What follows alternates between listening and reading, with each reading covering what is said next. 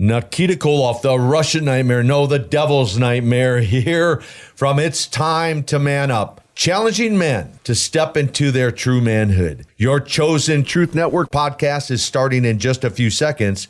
Enjoy it, share it, but most of all, thank you for listening to the Truth Podcast Network. This is the Truth Network. The heart of every man craves a great adventure, but life doesn't usually feel that way. Jesus speaks of narrow gates and wide roads, but the masculine journey is filled with many twists and turns. So how do we keep from losing heart while trying to find the good way when life feels more like a losing battle than something worth dying for? Grab your gear and come on a quest with your band of brothers who will serve as the guides in what we call the masculine journey. The masculine journey starts here now. Welcome to the Masculine Journey. We are very glad that you're with us this week, and we have a surprise for you this week. And no, it's not Jim coming out and making another announcement like he did a few weeks ago, but it's a surprise that God has in store for you, I think. Yeah, during his prayer, he said brothers and sisters. Yeah, he did. Sister. It was singular. Yeah. And this is a room full of guys. So the unveiling continues. So just stay with us here on Masculine And it Journey. was out of left field, I'd have to say. It was out of left field, yeah. Today's show is about God surprising us. We're calling it out of left field. It's one of those times that God kind of sneaks up on you and just kind of surprises you out of the blue. You know, and the way I would describe it, you know, maybe you're watching a TV show or a movie and there's something in a scene that really just brings you a considerable amount of emotion, joy or sadness or uncertainty, just emotion comes up in you, or a song. Right, you hear a song, you got to pull over on the side of the road because you're just like, man, I'm falling apart here. Exactly. You know, and that's when we'd say that's when you got to ask God to kind of lift up the hood and see what's going on underneath in the heart there and letting us know what's going on. And so we're going to be talking about out of left field moments and when God's come up and surprised us from nowhere. Like Sam. Like me. He usually hits Andy out of left field. He does. Well, Andy spends his time in left field. Yeah. I did play the outfield back in the day, so yeah. You weren't a catcher? I was a catcher. I thought you'd be. But then they moved me to the outfield. So. You weren't a good catcher. Yeah, they exactly. They surprised me by moving me to the outfield. So. Right field? Yeah. Yes. Yeah. Yeah. That's it. I just was happy to be on the field. Sorry, we're just laughing at your expense. Go ahead, Andy. Exactly. I got nothing. I guess it's the clip next. Yeah, right? you have your clip. You're up first. Okay, so this clip is from Evan Almighty, and we've been all around Evan Almighty lately, but this one I don't think we've played. But it's when Evan actually meets God, and God gives him the assignment of building the ark. And there's quite a surprise there, obviously, and it's before he starts growing facial hair and all that stuff. But let's listen to the clip. Genesis 6:14. Make thee an ark of gopher wood. Gopher wood.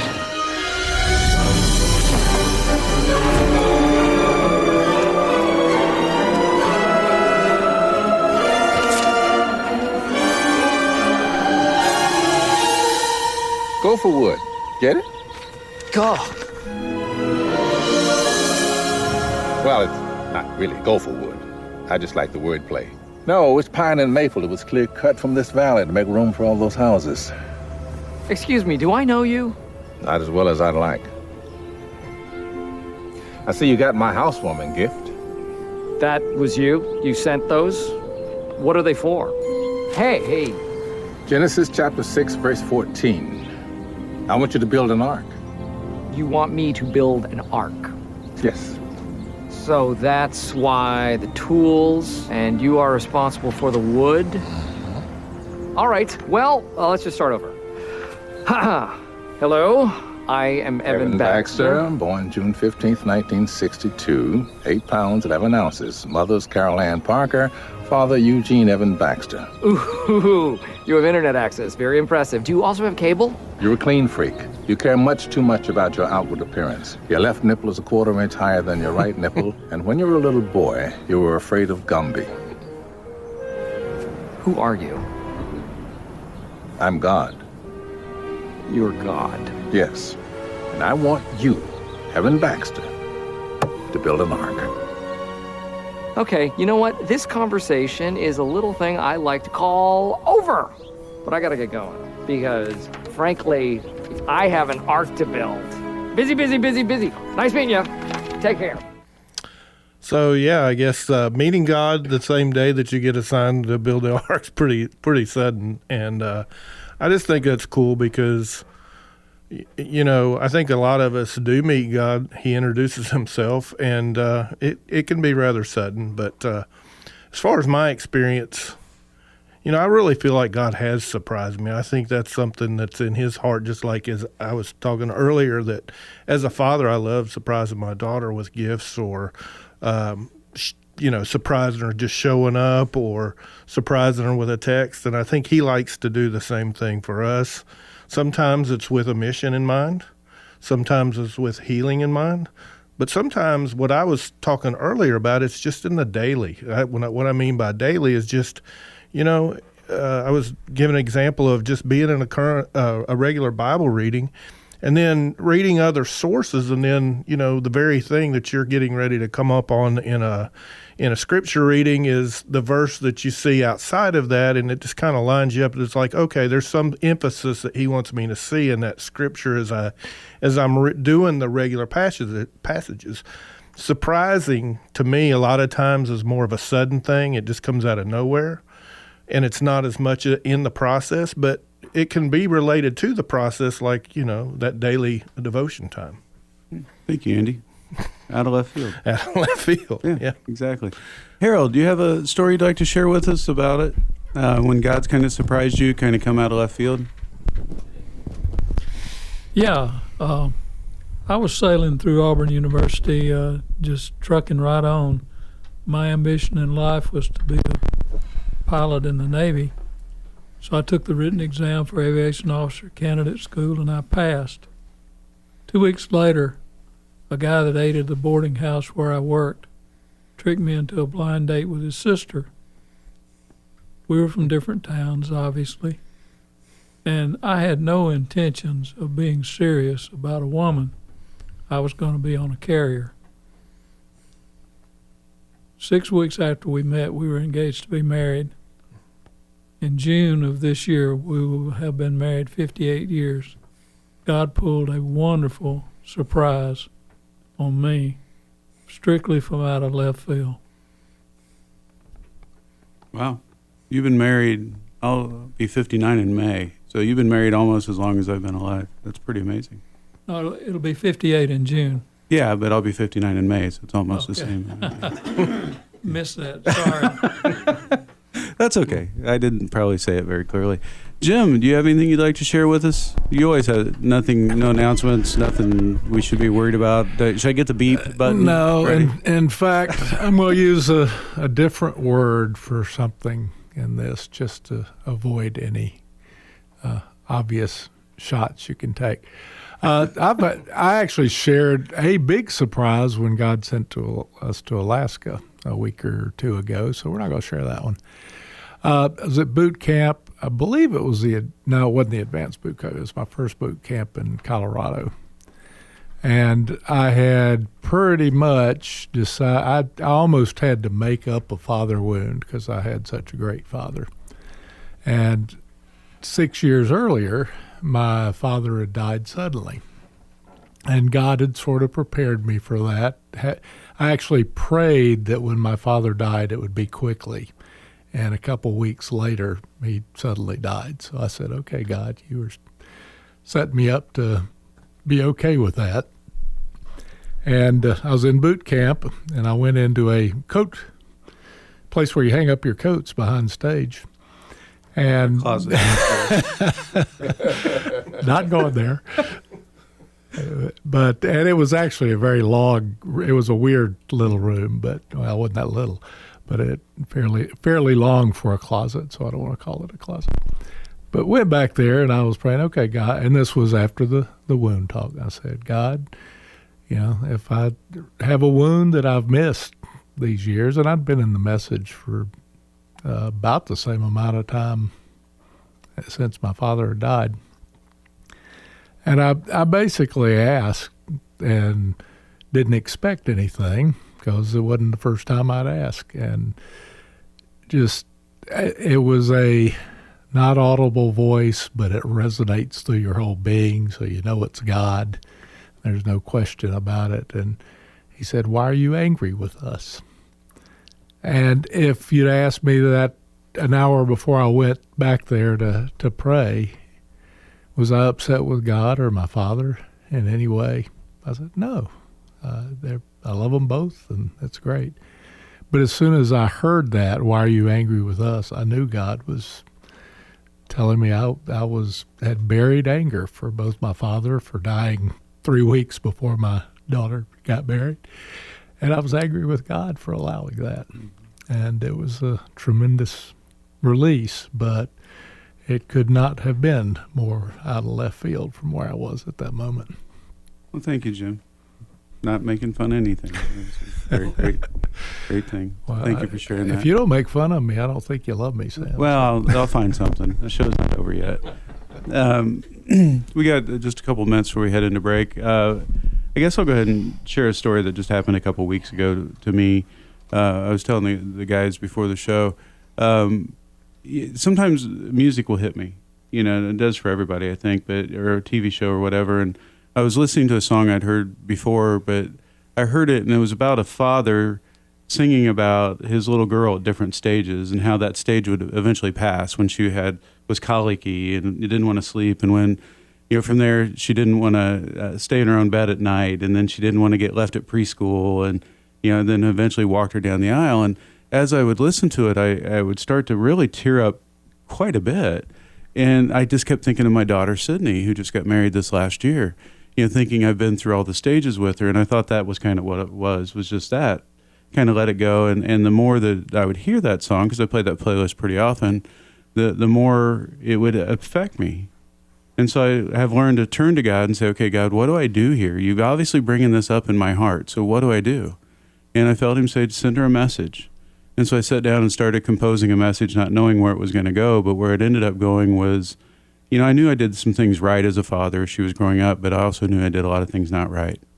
And so, I basically was apologizing to her for not listening as well as I should have and being more angry than I should have been, and, not being there a lot in the evenings until after she went to bed because I was working late, working far away and things like that, and just not having enough time for her individually and those kinds of things. And I sent it to her with the song because I know she didn't know the song.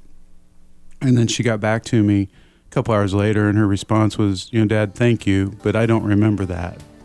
This is how I remember growing up. And she said, you did love me well. I don't remember you being angry. I think you listened to me and all those things. And I thought it was for her heart, but God was really after both our hearts. Right? And so when you go on this surprise with him, he's going to take you to places that are good for you and good for other people. Right? And I think it'd be good for you is to go to the upcoming boot camp coming up March 31st through April 4th, masculinejourney.org. One of my favorite things about boot camp, well, the favorite thing about boot camp is every time I go, I encounter God. And as anyone that has encountered God knows, generally speaking, it's nothing we expect. Real encounter with God out of the blue. He knew what I needed. I knew what I wanted, and those two were rarely the same thing. Register today at masculinejourney.org. For me, describing boot camp, when I heard the stories from the stage that the other men had, and then during my prayer time, I'm getting a download from God on where my life is and how I have wounds and I have a place in His story. To know how I heard from God is one of those things. He really does communicate with us. Register today at masculinejourney.org. It shouldn't surprise you at all. I said it shouldn't surprise you at all. Welcome back to Masculine Journey, and that is Billy Joel. I really don't know that song, although, it's on, I think, the Allentown CD, if you know who Billy Joel is, and you know that CD back in the day, or album, as you would call it. But the whole rest of the song isn't that great about being very positive, but I really like that part of the chorus of "It shouldn't surprise you at all," and especially on the topic that we're talking about with God surprising us what feels like out of left field. Right? As long as we've been walking with him, as often as it's happened, why are we still surprised? Right? It shouldn't surprise us at all, but God still does it, and he chooses to do it that way. It's not like when I sit down to watch a TV show or a movie, I'm like, oh, I'm going to find something in here that's going to move my heart emotionally. I'm just sitting down to try to find something I'm interested in for an hour, or, half hour, whatever it is, and God's like, oh, no, I got another plan. And he'll come after us with that surprise, and that's what we continue to talk about. And so, Rodney, you're next up with a clip and a story about God catching you out of left field. Yeah, this clip is the movie This Is 40. And if you could imagine being a couple that their birthdays are very close together, they're going to have a 40th birthday party, and I can't remember the whole movie. It's been a long time since I've seen the whole thing, but one of them's turning 40, and one of them either they're both turning 40 or one of them's just in denial. I forget how it goes, but she's not handling, getting 40. She's not ready. She doesn't want to be 40 yet. And her out of left field moment was going to the doctor and finding out, hey, congratulations, you're pregnant. After he had told her, you cannot get pregnant because of a medical condition. Well, she was. And what I really like about this clip we're going to play here is this is when the rest of the family finds out. So just so you know what goes on here is they're at this birthday party. They're having this, and she's all nervous and anxious, and she heads out to the front, and she's trying to go sneak a little smoke. And the daughter catches her. And then the rest of the kind of story unfolds after that. Mom? What are you doing? What? You're smoking and in the front yard? No, they're barbs. Mom! Since when have you been a smoker? I'm not a smoker. I thought you said smokers die. I'm not smoking. I wasn't smoking. I saw you. No, I wasn't. Mom, you're smoking? Deb, you can't smoke. You're pregnant. And you've been doing so well. You're pregnant? No way. I don't want another sister. I don't want her as a sister. I'm sorry. I'm so sorry. It just slipped out. Are you pregnant? Since when are you pregnant? Since when do you care? You don't even want another baby. You have no idea what I want. I want an Asian baby. We're not gonna have an Asian baby. Yes, we are. They're not Asian. Sadie? Buy one. Shut up, Charlotte. You shut up. Shut up, Sadie. Shut up, Charlotte. Shut Okay, up. Sadie, shut up. Shut up, Charlotte. Shut Okay, up. stop saying shut up. You're pregnant? Since when are you pregnant? When did you find out? Will you stop eating cupcakes, please? Stop eating cupcakes! Stop eating cupcakes! Hey, we just heard. You're having a baby. Oh, See? It can happen to anybody. that is so wonderful. Let me give you a hug. It's fantastic. Oh, Congratulations. it's wonderful. So happy for you. Let's get the other kid. This is too adult for you. Let's go outside. Congratulations. Well, I guess we're stuck together then forever then, right? Weren't we always? You didn't even want a baby. Of course I do. I never said that. Look, I didn't want one if I could choose. I should put that on a Hallmark card. That's beautiful. Oh, man. I mean, that is definitely out of left field. Yeah. You're having your birthday party, and all of a sudden this big surprise from the friend that says, you shouldn't be doing that. You're pregnant. And that's how the rest of the family finds out, and then their whole reaction to that. My biggest out of left field moment was I'm sitting at work, I don't know, mid-morning. I was in early 20s, recently married, and it's my mom on the phone telling me my dad just passed away from a heart attack. And I'm immediately, tears and everything are going and flowing, and I'm like, I know there's no way I can compose myself. So fortunately I could turn around to my lead who's back there behind, and I was like, hey, he knew something was up. I said, I just need to get away for a moment. Took some time to try to go gather myself and stuff, but I can definitely remember that moment. And, you think back, boy, I'd love to have been a Christian back then. It influenced my father to have become a Christian. I think about things like that, but it's just one of those moments that it's like, well, because where I went with this whole theme for myself was just how do you react in those moments out of left field?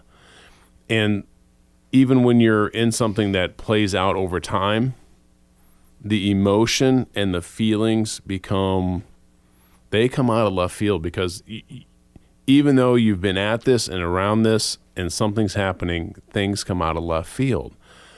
For me, it's more of I can predict it.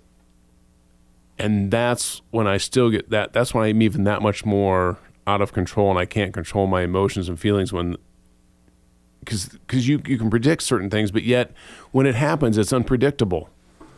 And you're like, and for me, it was always that anger that would jump out of me, that would just like finally bite, because I'm like, I'm okay, no big deal, I'm not going to let this get to me. And all I do is I just lock it in myself, and then when I let it go, I let it all go. And that's out of left field for everybody else, because it's like, oh my gosh, where'd this come from? And my wife and kids have seen the brunt of that. And thanks to God for saving my rear end here and bringing me to him, it's out of left field how much more control I have over that in my life and other things that I never would have thought would be able to let go. And that, to me, for me, that's what's out of left field, is the emotion and feeling I have for God and what I wanted to do to, like Robbie, you were talking about, to try to really be righteous, even though I know I'm nowhere near there. But boy, do you want it bad. Yeah, but your father's righteous, so you can kind of live inside that, right? Yeah, I know. Yeah, exactly. You live in his righteousness. That's why I've been content, because when you finally get that realization, you can rationalize it in your own head and you understand it, and you're like, oh, the emotions and feelings are coming from him. It's a much better place to be. Yeah, you bring up a really good point that, we talked about emotional surprises, right? But anger is another one, that when you find yourself all of a sudden incredibly angry over something, especially when it doesn't seem to fit the situation, yeah, that's definitely a time to lean back into God and say, God, what's going on here? Right? It doesn't necessarily have to be tears. It doesn't have to be this overwhelming feeling of joy or peace or whatever. It can be anger. Yeah. Because God's trying to say, look, I got something here for you if you just want to turn back into me. And what you've already shared and are going to share later, so people stay tuned, because we got a lot coming for you. But that's one of the things that I have got to turn into those moments with God more. Mm-hmm. I've got to do that. And I do once in a while, but I need to be more intentional for sure. Yeah, we did a show, probably a couple of shows. It's hard to remember what we cover. We've been doing it for a while, but we did a show about looking under the hood, right? And this is just kind of similar to it. But when you find that surprise, then the next reaction is to look under the hood with God and say, God, what's going on here? Right? Why are you bringing this up? Or why is the enemy poking the bear here, trying to get me angry? What's he pushing at? What's in the past that I need to go dig into? Right? Because you're giving me an indicator here. Yeah. Right. Danny, do you have anything you'd like to share with us? Has God ever surprised you? I got nothing. I got nothing, exactly. Yeah, a couple of things that I thought about when we were talking about this earlier. But I guess the one that comes to mind the most at the moment is when I was, having had the past that I've had with addictions and stuff like that, knowing that I had a heart for ministry back when I was a teenager. And I thought all those hopes and dreams were gone. And I had started a process with the denomination I was a part of at the time, and to go through their ordination process. Well, they don't care for divorced folks, and I've got a couple of those under my belt. And so it really took me to a place of hopelessness, of being the kid that everybody picked last on the team. I'm thinking, well, God's going to pick me last on the team too. And it was just a very down place, if you will. And one Sunday morning I go to church, and the dealing with all this stuff and just And out of left field, God shows up in a moment where I have a niece who she knows she's my favorite. Probably everybody in the family knows she's my favorite, but the reason she's my favorite is this story. They were having baby dedications. And we had more babies than we had elders. And I'm showing up just praying through this whole dejection, the whole 9 yards, and the pastor calls me up to help do baby dedication. And I get to dedicate my niece. But in that moment, God spoke to me and said, you let me choose what you can and can't do, where you can and can't go, because I'm the one you depend on, not man. And it was just out of the blue, and it just turned my whole world around. And, with ministry and with the things that I've been allowed to do. So, thank you. Danny is a natural pastor, preacher, because the whole time, you can't sit on the radio, he was talking with his hands and hitting the table. It's great. He's the real thing. Very animated. You're an animation. Animation, domination. Yeah. Now, Rodney, in your clip, Robbie, you called this. I can't hear that clip that Rodney played and not hear Marlon. Yeah. Yeah. Yeah, I there's no doubt it was Nemo's dad that was wanting to give that guy a hug, man. It was like I was waiting on Dory to come swimming in, Yeah, it brought back a lot of memories for me as well, because I had that exact moment when Mariah was born, because I had chemotherapy myself and was told we couldn't have children. And when my wife was 36, we had that dinner where, hey, Dad, wait a minute. What do you mean I'm a dad? Yeah, my kids were 9 and 10. And so, very cool. It was out of left field, but I'm so glad. Bank it. Yep. Bank it.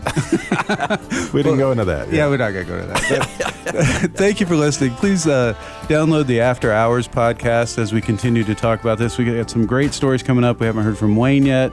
Wayne's always got some good stories. Robbie and I are going to share some of our stories and much, much more. But in the meantime, go to masculinejourney.org, register for the upcoming boot camp, March 31st through April 3rd. Yeah. April 3rd. March 31st through April 3rd. God would love to see you there. We'd love to meet you. Talk to you next week. This is the Truth Network.